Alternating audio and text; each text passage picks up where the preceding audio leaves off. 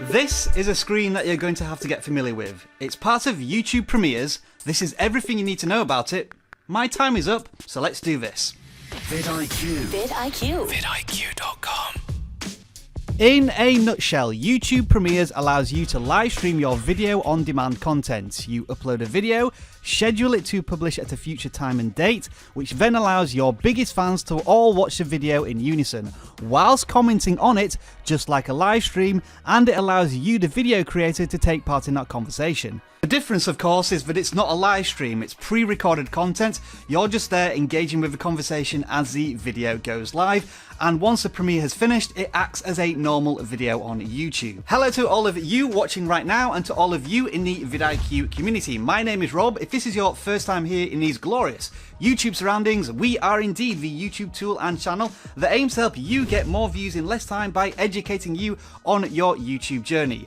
Our Chrome extension is free to download, and a link is in the description. Now, I understand the irony of this video. It's all about YouTube Premieres, but it's not a premiere itself because YouTube haven't rolled it out to all channels. Only a select few have it. Very fortunately, one of our good friends, Leron, does have access to it, so he was our guinea pig to help us show you how it works. Let's take a look. Currently, you can only set up a YouTube Premiere via a desktop upload, but you can watch a YouTube Premiere through the mobile application. Obviously, when you upload the video, you don't want to publish it immediately, so make sure the upload is not set to public. When you add your video and reach the upload page, if you are eligible, you will see this Premieres section. Since almost all video creators already have the option to schedule videos, setting up a premiere is nothing more than a toggle. So if we schedule a video, it looks like this, but if we get Leron to sort out all his bits and pieces, then toggle the Premieres button on and adjust the date, the publish button now looks like this. So YouTube Premieres are super simple to set up for video creators who are eligible and have access to the tool. But what about the other side of the spectrum? How does a YouTube Premiere appear to the average YouTube viewer? Let's take a look. You can search for content that is scheduled to premiere, but you can't filter by premiered content. On YouTube browse pages, it will look very similar to a scheduled live stream. You can set a reminder or jump onto the watch page and it will look something like this. So as soon as the watch page is available, you can post comments and wait for the premiere to start. Leron's looking very serious with his green hair. What else do we need to know? The first oddity is that when the video is in a pre-premiere state, it's hard to watch. You can't watch it privately on the watch page, and when you try and add cards and end screens in the classic studio, it just shows a thumbnail, making it difficult to reference things correctly. At least that was the case in Leron's experience. However, if you use the new video editor in the Creator Studio beta, you can add end screens and watch your video, so bear in mind that in the first few months of premieres, the tool may be in a state of flux. Alright then, Leron's just about done editing his video, the premiere is almost ready to go live. Let's find out what happens. The first thing to note is that the premiere starts with a 2-minute countdown, so if you schedule the video to go live on the hour, the 2-minute countdown starts on the hour. Just like a live stream, you will see how many people are watching, and most crucially, each of these viewers has the opportunity to interact with the video content through live chat, but only during the premiere of the video. Since vidIQ is subscribed to Leron's channel, and you should too, a link is in the description, a notification appeared on my desktop bang on time for the premiere. So as you will find, just like live streams, it may take a short period of time before your audience peaks on the video, which is no doubt why the countdown is there in the first place. Alright, let's speed this bad boy up and get to the premiere itself.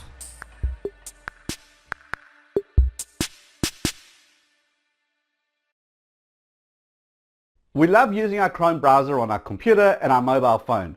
And it does certain things really right, but there's a bunch of stuff that it gets really wrong. Today, I'm going to show you how to fix those wrongs with these settings. Let's do this. The first feature that I want to look at is... So yeah, it's a pre-recorded video acting like a YouTube live stream right now. Some things to note during the premiere.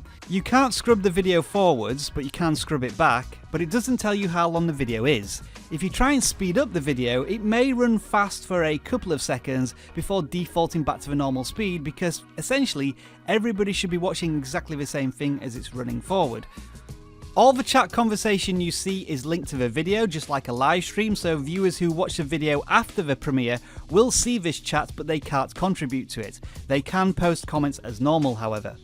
And once that premiere run of the video ends, if you go back to the watch page, it runs just like a normal video on demand. Notice there is no 2-minute countdown now.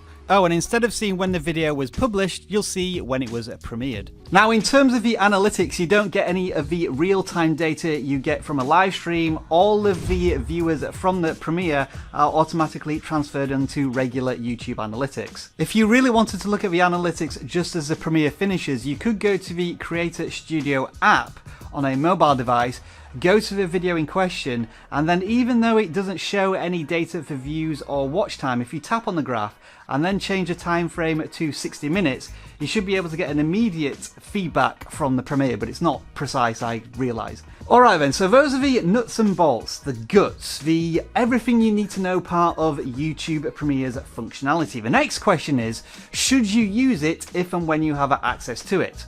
Well, here's what we think are the pros and cons of YouTube Premieres. And let's be honest, I don't think a baseball cap really works on me. Let's carry on. The biggest benefit would appear to be promotion before publication. We can confirm that Premiere videos that have not yet been published do appear in search and on channel pages, so we can only assume that they will appear in browse features too.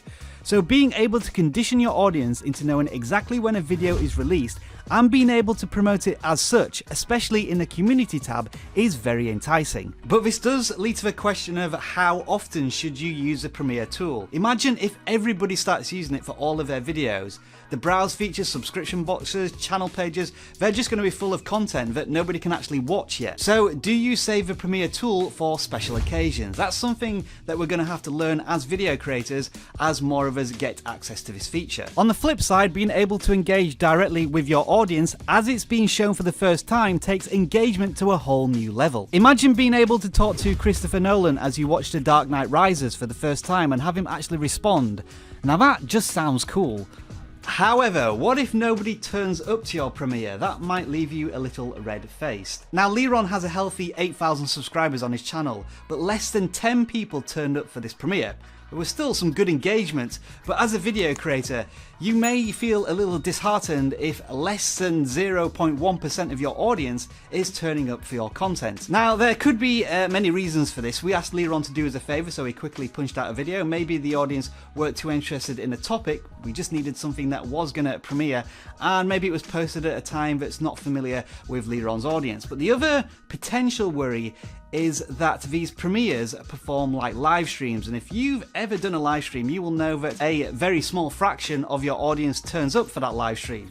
Now granted, they could be on there for hours and you get these watch time bombs in the short term, but in the long term, live stream videos tend to perform very poorly on demand because they're just not suited to people watching the replay. It's all about the interaction there and then. So could that early velocity of a video be really impacted by a poor performance in the premiere? Again, that's something all of us are going to have to monitor very closely. On the flip side, for those viewers who do turn up for your premiere, you're likely to get very high watch time from them. Because they're your most committed fans, they want to see your content before anybody else, with the added attraction of being able to talk to the video creator themselves. That is very alluring.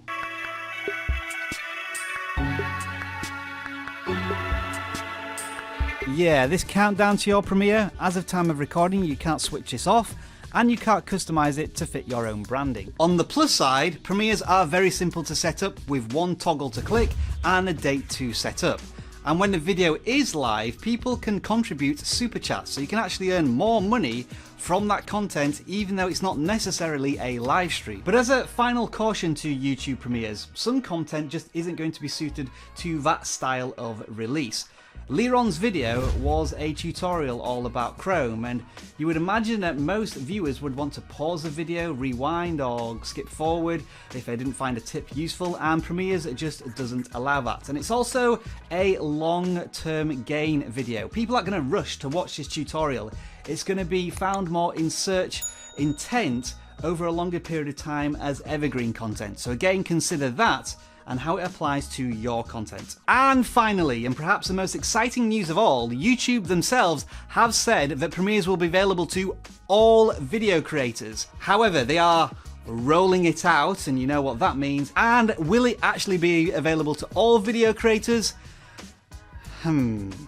With all that being said, we're going to throw this over to your side of the fence. Do you have YouTube Premieres? What has been your experience of it? If you haven't got it yet, what do you think you're going to do with it?